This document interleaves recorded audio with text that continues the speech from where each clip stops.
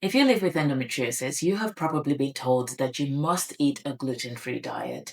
But is that advice entirely in your interest? Hi there, my name is Demi. Welcome to another video in my series, Everything is Trying to Kill Us.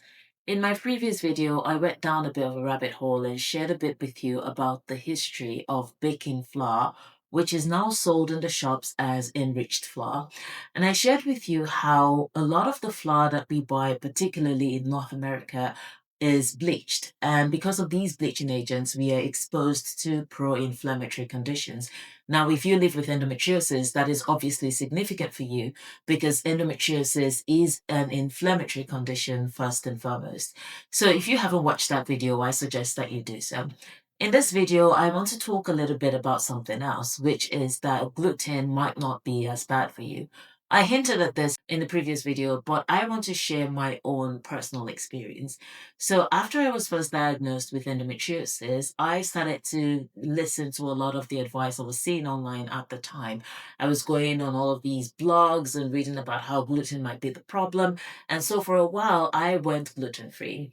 And I also made a lot of other lifestyle changes that did not seem to have helped because not only was I re-diagnosed with endometriosis, I ended up with fibroids, ovarian cysts, and adenomyosis as well. And so it's led me down this rabbit hole or this path where I'm thinking about the advice that we find and understanding why they're important. Obviously, this is not to say that they are all inaccurate because they are not, but understanding why can help to make the most of what it is exactly that we're doing. So, back to gluten. I shared the story about how I was about to bake a pie and I realized that the flour I had bought was called enriched flour. And that piqued my interest because I was thinking, oh, is this fortified? Now, in my mind, I have always thought of flour as a raw ingredient. And when you have endometriosis, you don't have the luxury of eating ultra processed foods because you know that they cause even more harm to your body. So you're likely to be somebody who makes your own food from scratch. So imagine my surprise when I found out that even just buying baking flour is buying an ultra processed product because of the process of bleaching. Bleaching impacts flour negatively, it changes the digestibility of it, and it removes all of the healthy components within it. But I recently started eating gluten, and if you are a woman with endometriosis who is not gluten intolerant, you probably want to eat gluten too. The reason you want to do so is because not eating gluten can actually impact your gut health. I noticed that when I was gluten free and not eating gluten, I started to notice that my gut was much slower. And on the days I cheated, the days where I felt, you know what, everybody is going to die, so who cares? Let me just have a little bit of something. My gut seemed to pick up. And I didn't know what to do with that information for a long time because I wasn't really clear on what was happening. But after I read about bleaching and the impacts of bleaching on health, I went on a search. And I have now found two ways that I can eat gluten safely without harming myself. And I'm going to introduce you to them. Before I do so, I just want to say that you should not, if you have endometriosis and are not gluten intolerant and want to eat gluten, you should not be eating it every single day. That is because gluten can indeed slow down your gut if there's an overload of it. And if you haven't been eating gluten for a while, there is a chance that your body still does not know how to process it and might need to recalibrate itself. With that said, this is the first thing that I use when I want to eat gluten. And I will introduce you now to my jar of unbleached flour.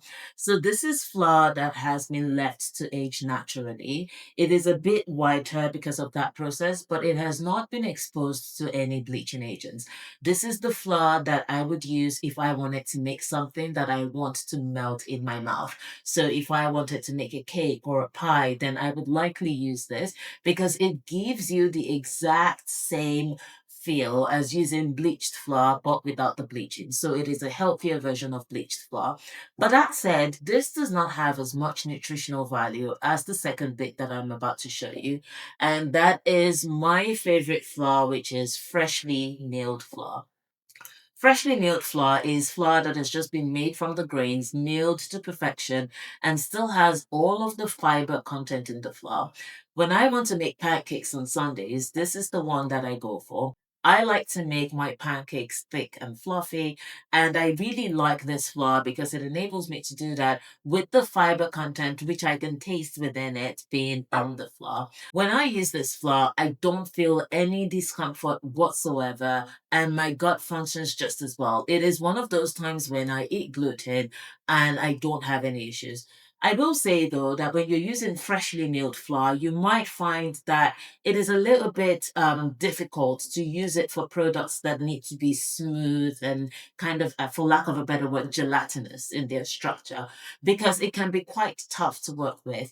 If you're someone who makes sourdough, for example, and you're using freshly milled flour, you might need to add a bit of yeast to your sourdough. My friend told me this because she made me sourdough bread with freshly milled flour. And she said she had to add yeast because her sourdough starter just wasn't working for it. So there are many considerations with this one. If you make scones with it, it might not be as smooth on your tongue, so it might feel a little bit rough. But that is why I also have unbleached flour at home. I tried to make apple pie with this and I did not do very well. It came out a bit hard and felt a bit dry compared to when I use unbleached flour. And that is why I have both of them in the house. But if anyone had to ask me what I would prefer to use, this is freshly milled flour. And I would swear by it any single day because I have benefited from eating this. My gut has never been better, and I don't feel any source of discomfort or even have an endometriosis flare after I use freshly milled flour. The difference, obviously, is that freshly milled flour is processed just like this is. I would say this is what I would call processed food. So it is browned grains, all the fiber content still there, all the vitamins, folic acid, whatever health benefit you should have from it is all there. And this I would call semi-processed. Maybe not semi-processed. Maybe this is semi-processed and this is processed. But basically, this has been naturally aged. So you've had a removal of all the fiber content from it, which obviously makes it less healthy than freshly milled flour, but it is still much better because it has not been exposed to bleaching agents. Bleached flour, which is typically marketed as enriched flour, is an industrial starch. It has no nutritional value. It is hard to digest for a lot of people and it is pro inflammatory.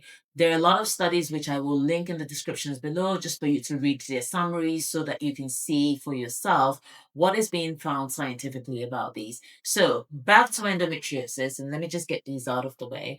And whether or not you should be eating gluten.